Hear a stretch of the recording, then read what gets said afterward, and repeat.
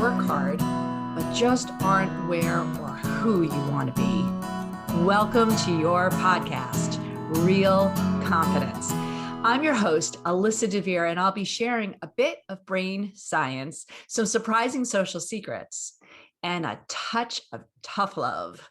Why? Because I believe confidence is everyone's fundamental right and choice. So let's get to it. I'm in recovery, but it's not the kind that you think. So another confession. There we go. I put on about 10 pounds, easily 10 pounds during COVID. And I was already on top of the 30 extra pounds at least I was carrying around, longer than I can even recall. So yeah, not feeling fine in that skin of mine. And truthfully, I've never been really thin, except apparently when I was born, I was a small baby, and I still have a hard time believing that because every childhood picture, every high school yearbook photo, I was in sports, I was very athletic. And I did even group exercise back in college, when Jane Fonda was sporting those beautiful leg warmers, making them look pretty hip then. I mean, that's how long I've been kind of active, but just never was that kind of skinny, bony, muscular type. And I was okay with that. I don't think I would consider myself really fat until, babies. Blame the babies, get pregnant, and everything goes to hell in a handbasket in terms of your exercise, in terms of your diet. What made it worse is my sister was pregnant the same time I was, at least the first time around. And I remember going to Friendly's, a good old ice cream shop that is hard to find these days, and ordering up fries and sundaes. Why? Because we were eating for two. Seriously, I think we're eating for 10, but that was not the finest decision making at the time, but we certainly had a good time and a lot of fun. And of course, the result is these beautiful children, but I can't really blame them either. So I did get back into an exercise routine. I remember going to the gym a couple times a week, doing some really heavy duty cardio, but a lot of it had to do with my little friend group there. And I just did an interview, if you haven't heard it yet, a podcast with Caroline Dawson talking about kind of workout confidence and what holds back. And she made the statement that she really sees a big difference with people's workout commitment and effectiveness when they have a friend group. Then there's a reason to kind of go and see and be and social and all that. And I definitely saw that effect when I was exercising at the time. But then we moved. And moving meant going to a new gym, and the new gym just doesn't have that kind of vibe, doesn't have that, I don't know, maybe it's just because it's bigger and there's more people, or I don't know what the heck it is. I go in the day now as opposed to the evening. So a lot of different variables, who knows? But bottom line is I stopped exercising as aggressively. And again, that was maybe like 12, 13 years ago. And so, still active, but not quite that same, and menopause and all that other great stuff that happens. And here we are feeling, fat. So I was teaching Meta Confidence class, which is one of the programs we run once in a while. It's really an awesome program. And we have 4 weeks of classes. People pick an issue that they want to wrestle to the ground using one of our tools called the Key Confidence Indicators. And in that exercise, I ask people to go through the 8 key confidence indicators and figure out one that they just feel is lagging. And then we ask them to pick something they can do to kind of pick it up, right? So, of course, I'm asking everyone to do this. People are picking things relative to their career. Some, in some cases, had some friends issues. And of course, this was during COVID. So there was a lot of remote kind of isolation issues on the table. But while I didn't tell the class at the time, I told them afterwards, I actually thought, I got to practice what I preach. And so I was like, let's just deal with this weight thing once and for all. And so I did, and asked a bunch of people, my sister, some friends, what were they doing, what was working, and found a lot of good advice, a lot of ideas, I should say, and settled on doing a little bit of intermittent fasting, which I thought was insane, but more I read about it, I thought, why not just give it a try? And also somebody told me to download the Peloton app, even though I don't have the equipment, just do the app. It's, like $13 a month and see how it goes. And lo and behold, I've been doing both for a while, lost 8 pounds so far. Thank you, knock on wood, about 6-7 weeks later. Massive, because losing weight for me is certainly not something I enjoy or is easy.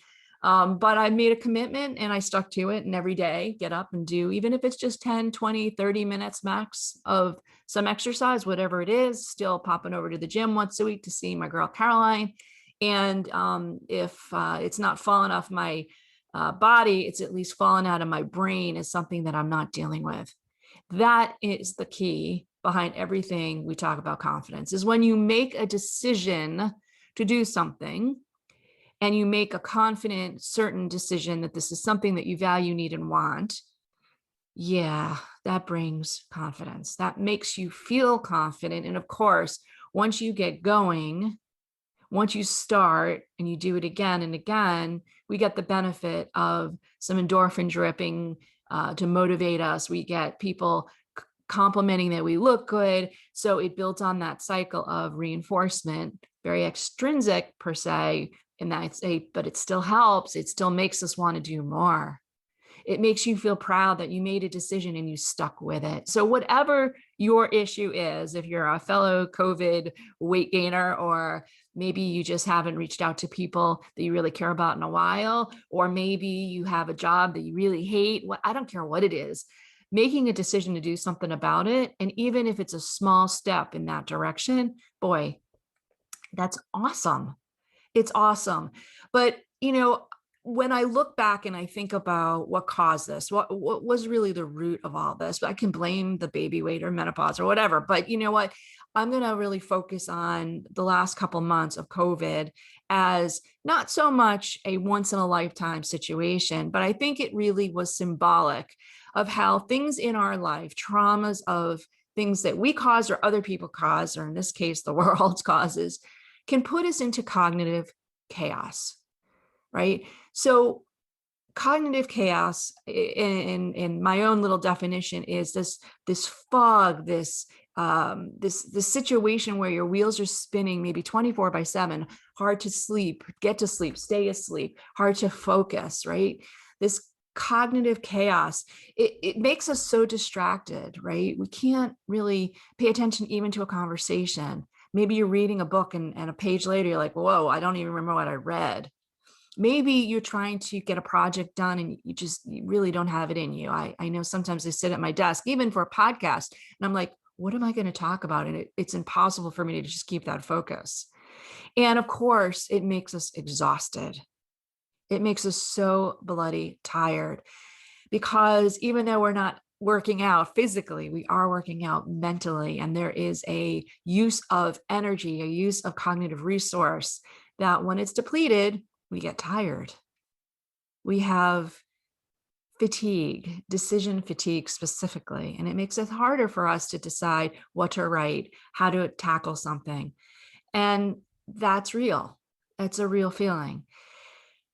So what happens when we get there? Well, we tend to say, as important as something is, the project, the person, the task, whatever it is, we either ignore it, we try to ignore it, or we push it into what I will call a cognitive closet. We push it to the back of our brain and we say, we'll deal with it later. We'll deal with it another time. Cognitive closet. And, it's a lot like a clothes closet, where we keep our stuff, our wardrobes, because I bet we all have some clothes that we don't actively wear, but we don't have the motivation or interest or whatever it is to toss them out. We just say to ourselves, well, maybe it'll fit someday, or it'll come back in style. I'm going to stick it in the back of the closet and I'm going to deal with it another time.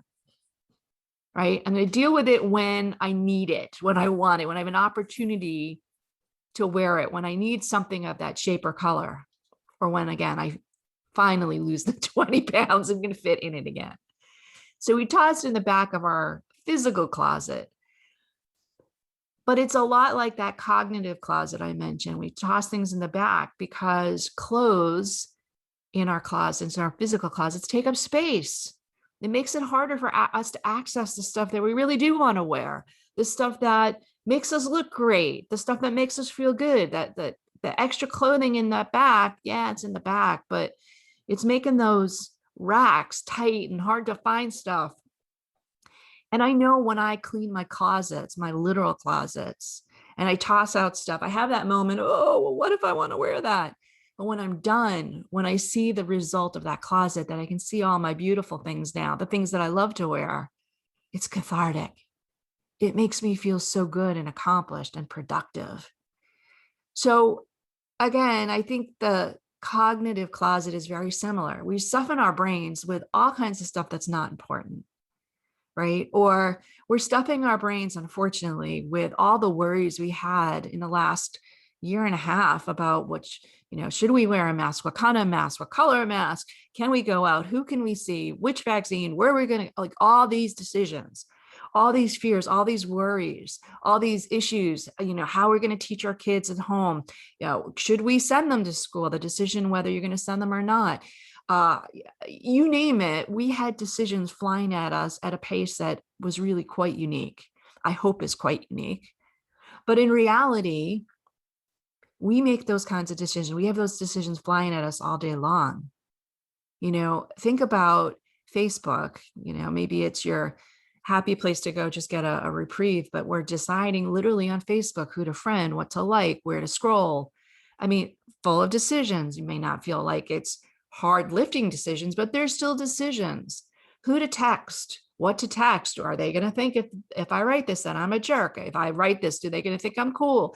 All decisions. So we have cognitive chaos regardless of COVID. And then we, again, take some of that stuff that's really important, the stuff that really matters to us, the stuff that we want to focus on, and we shove it in the back of our cognitive closet. And we say, we'll deal with it when we have more time, more space. And that time or space, unfortunately, doesn't always happen. Or if it happens way too late. And we realize, shoot, if I had only focused on that then, if I only was really paying attention at that moment, I would have made different decisions. And that regret, man, that is confidence crushing, no kidding. That failure, that inability to, at the moment, make your best decision, that lives with you for a really long time. So how can we clean out that cognitive closet? Well, that's why I'm in recovery. I made the decision, not just in the MetaConfident class to lose weight and start the journey, but I really realized around that time that I had a lot of stuff going on in my life that if I didn't pay attention, I would really kick myself forever. So I wanted to give my brain the ability to reorganize and reprioritize. And how do you do that? What do you do? Well, one of the key ways to do that is to sleep. Yeah, sleep. One of my heroes, podcast and otherwise, is Arianna Huffington. She Huffington Post and then some, Thrive Global. She's an incredible entrepreneur and thought leader. And one of her big missions in life is to get us all to sleep more. And she's got all kinds of data about the importance of sleep. So great source for that. One of many, but a really good and easy, accessible one to get to. She says that more people have car accidents, fatal and otherwise, not because they're drunk, but because they're tired, they're exhausted, and they're not making good driving decisions at the wheel or falling asleep at the wheel. Now, sleep is a fuel to your brain. It's a fuel because it allows those neurons to recharge, to refill their resources. But also, when you're sleeping, your brain does some really cool things. It literally goes into what some neurologists call dishwasher mode. So it cleans out all kinds of things. First, it prunes some of the neural pathways that started to form that really aren't relevant. All those cat videos and other garbage that you're taking in during the day, your brain's actually going through and washing that away. But it also goes and it cleans out some of this organic plaque, stuff that builds up in your brain during the day. It's a natural process. It's just part of the way our brains operate.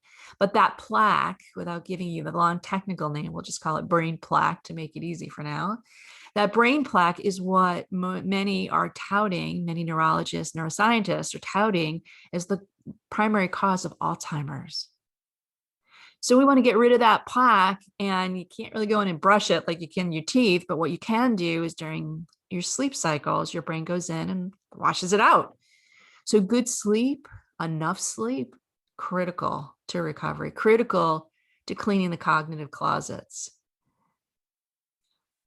Not always easy to do, right? Sometimes I find myself falling asleep easily, but then waking up a lot, and more actually in the last several months, preoccupied with all kinds of things, COVID and otherwise. So making an effort to sleep, to find better ways to sleep. My husband has this app that he downloaded, and it's really helped him track and figure out where his problems were sleeping. And sometimes it's just a matter of getting a better pillow, or maybe getting a night guard if you're grinding your teeth, or not watching TV or the news, playing games, whatever it is on your devices before you go to bed. Maybe it's doing a little meditation. Maybe it's taking a little melatonin, as my 18-year-old son has taken a liking to. What you got to kind of experiment and figure out what works for you, but focusing on really getting better sleep. Oh man, it is really, really key recovery thing. But in addition to that, I think part of this recovery plan for all of us has to be to not only give our brains a break, but to really be more present, to be more mindful of things that are important, and calling yourself out to say, I'm going to focus, I'm going to put my attention here. And so there were 3 things that I made that decision to do. 3 things that I know that not only can I do better, but if I don't do them better, I will regret later. So the first thing is that I have both my kids graduating. Actually, one of them at this point, as I'm recording, graduated 2 weeks ago. Zach graduated from University of Vermont. Woohoo! And Ben will be graduating this Saturday. So putting my focus on the process of those things, right? Lots of moving parts, all kinds of things that they needed support and help to get through, really taking moments and appreciating this major milestone for both of them. Yeah, I can do that. I have to do that. I want to do that, but making that commitment to do that, making sure that at the graduations, I'm not paying attention to other people and what they're wearing or waving to all my friends, but really focusing on the beautiful accomplishment that my boys, and of course, myself and my husband, Jeff, we all have reached. I'm starting to tear up just talking about it. Really important. So that was my first kind of mindful commitment, cognitive closet, get it cleaned and organized so I can focus there. My second one is we made a decision when COVID started, but it was kind of a long and coming decision. It was just kind of absolutely clear then that we wanted to build a pool in the backyard. So we've been doing that, and the pool is done. Patio's not done yet, so not fully accomplished, but the pool and all the aspects of it, the journey, I've been photographing and journaling it, because again, it's another major milestone and accomplishment. But as part of that, I said, in the summer, starting in June, I'm going to cut back on my work schedule. I'm going to cut back. And that for me meant 10 to 2, Monday through Thursday only. I mean, that's enormous for somebody who works every night and every weekend for the last 30, 40 years, cutting it back to that, huge. And yeah, so in my calendar links and everything, that's what I did, a major. Am I committed to doing it? You better believe it. Now, does that mean maybe I won't take as many meetings or speak as many engagements? A good thing I won't speak, because apparently I'm having a hard time saying anything. Yeah, it means cutting back on everything and cutting back on the revenue. Cutting back on the revenue. That's a hard one for somebody like me, an entrepreneur, somebody who's highly accomplished and, pushes to get those dollars in. But you know what? More important than the dollars right now is enjoying the pool, all the people I haven't seen forever, spending a summer with my kids who, after this, who knows, they'll be in different directions. It's the first summer they'll actually be home in a long time.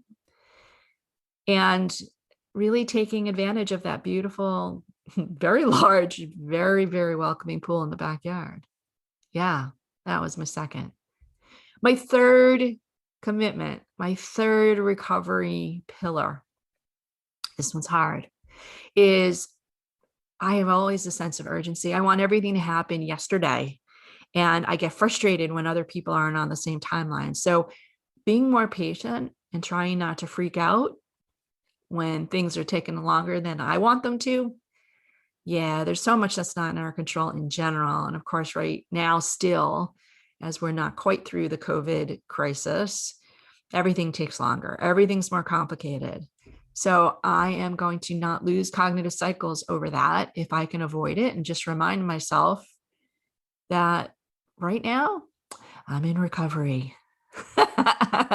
I'm not in aggressive go get 'em mode. I'm in take it easy, give your brain a break mode.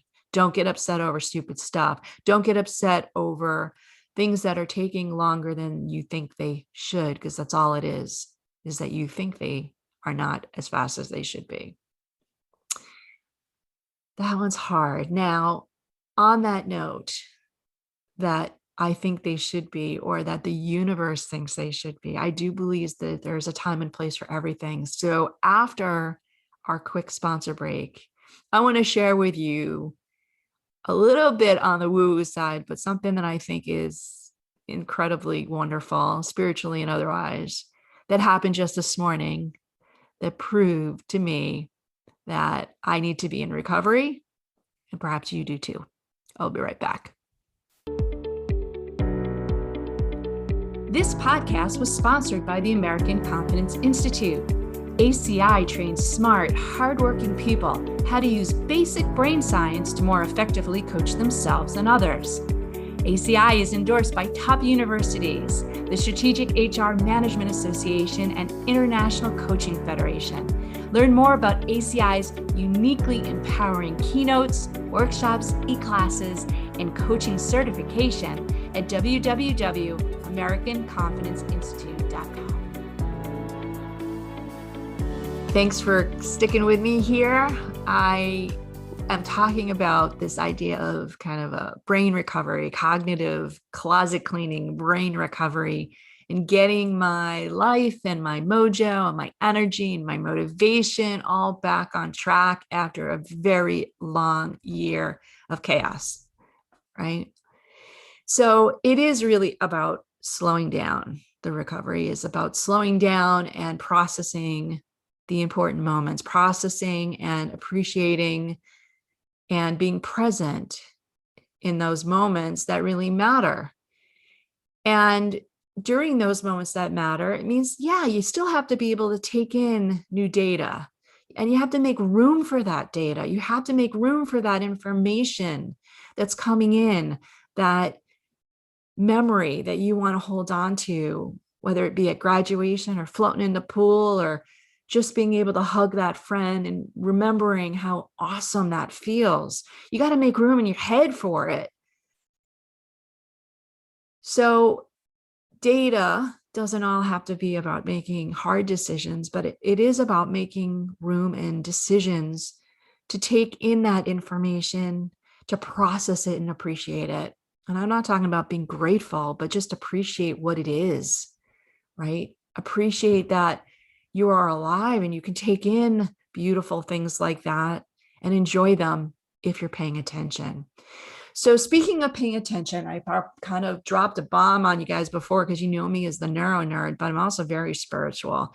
I do believe, as I said earlier, time and place. I believe in fate. I believe in signals from the bigger universe outside of my own body and brain. And I mentioned before that I've been doing the Peloton app, and I was doing a cycle program this morning.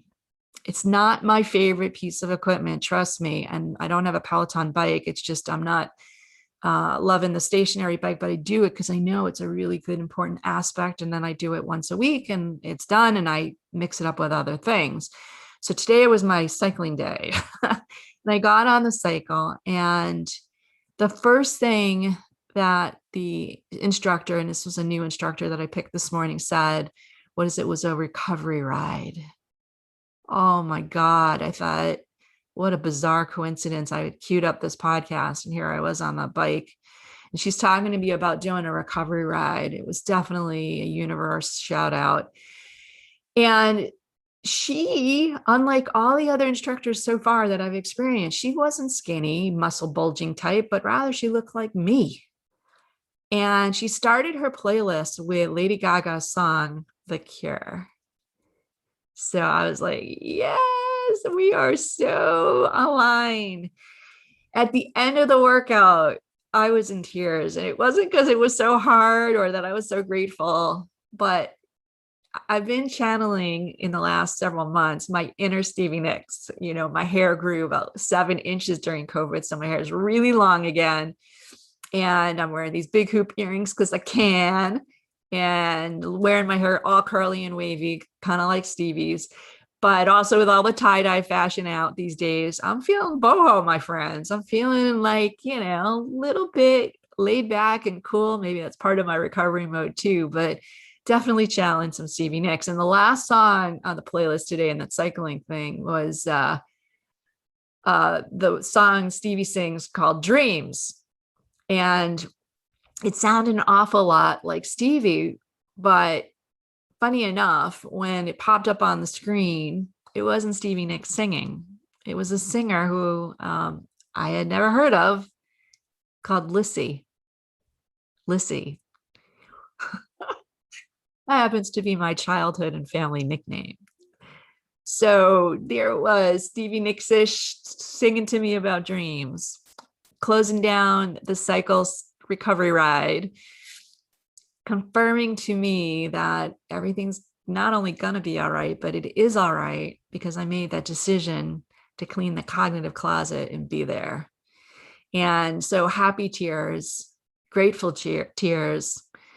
And, you know, with dreams, I'm going to take that into my head. I'm going to let my brain refuel. I'm going to clear out those COVID cobwebs. And whether I'm literally floating in my new pool or just floating in the joy of being able to be calm and cool and, yeah, baby, confident, boy, that feels good. That feels good. It feels right. And I hope it does for you too. So, we're going to shut down this podcast a little different than the others, perhaps. But like always, got to remind you that the greatest way to get confidence is to give it. And giving it to other people is really easy, whether you let them know that they matter, remind them that they belong, tell them that they're rocking your world. And there's an easy way that you can rock mine. Give it some confidence back to me. Is just like, share this podcast and any of the others. If there's somebody out there that you think could use a little bit of cognitive recovery, please send them the link. Let me know if there's other topics or how you feel about this one. Communicate, because that makes me feel really confident when people let me know that they're listening, they like it, and or they have questions or ideas. That makes it really awesome. So for today, this is Alyssa DeVere. Go give some confidence, get some more for yourself, clear those COVID cobwebs, and stay tuned for more in the future. Thanks so much for bringing confidence to the world.